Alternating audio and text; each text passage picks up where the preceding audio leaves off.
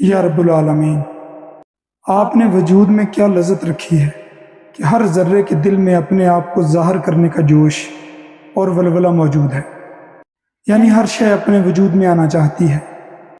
میں نے دیکھا ہے کہ پھول کی کلی جب شاخ کو چیرتی ہے تو وہ وجود میں آنے کی لذت سے مسکرا رہی ہوتی ہے، یعنی وہ وجود پا کر بہت خوش ہوتی ہے۔ میں نے سنا ہے کہ پروانہ جو ابھی وجود میں نہیں آیا تھا، اللہ تعالیٰ سے کہہ رہا تھا، اے اللہ، مجھے ایک لمحے کے لیے ہی زندگی کی تڑپ اور جلن بخش دے، یعنی وجود عطا کر دے، جس طرح شمع کے نصیب میں ہے۔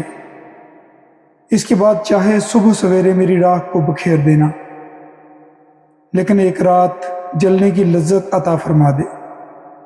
اے میرے دل، تو محبوب حقیقی تک پہنچنے کے لیے راہیں تلاش کرنے میں لگا ہوا ہے، اور اسی تلاش کی وجہ سے تو نے مجھے اکیلا چھوڑ دیا ہے۔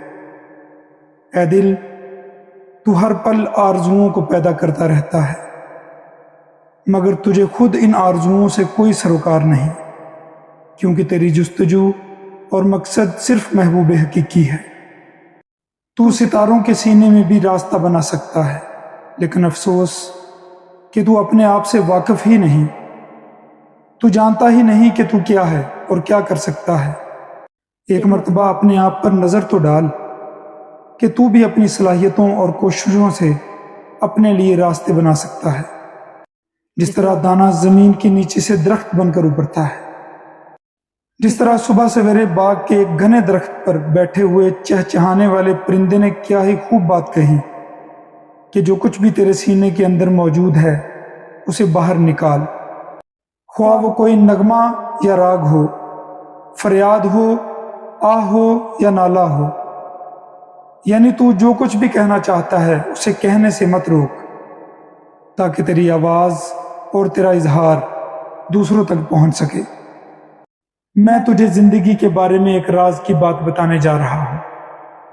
اگر تو اس زندگی سے کوئی سبق حاصل کرنا چاہے تو غور سے سن۔ زندگی اپنے آپ کو جاننے کا نام ہے۔ اگر تو اپنے آپ کو جان لے گا تو ہمیشہ کی زندگی سے ہمکنار ہو جائے گا، اور اگر اپنے آپ کو جاننے سے قاصر رہا تو سمجھ لے کہ تو مر چکا ہے یا مر جائے گا۔ چراغ کے نیچے گرے ہوئے پروانے کی بات نہ کر، اس کے جلنے کی کہانی میں سن چکا ہوں اور میرے کانوں میں گونج رہی ہے۔ میں تو اس کو پروانہ سمجھتا ہوں جو اس قدر سخت جان ہو کہ شعلے پر جلے نہیں بلکہ شعلے کو خود نگل لے، جو تجھ سے بیگانہ اور غافل کر دے۔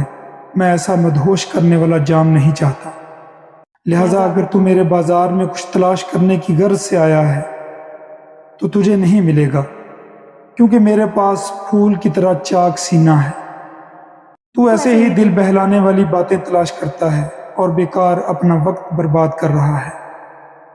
اگر تو تلاش میں اپنے آپ کو غرق نہ کر لے تو میرے نزدیک اس دنیا کی باغ کی سیر کرنا بالکل بیکار ہے اور نقصان دہ ہے، اور وقت کا برباد کرنا ہے۔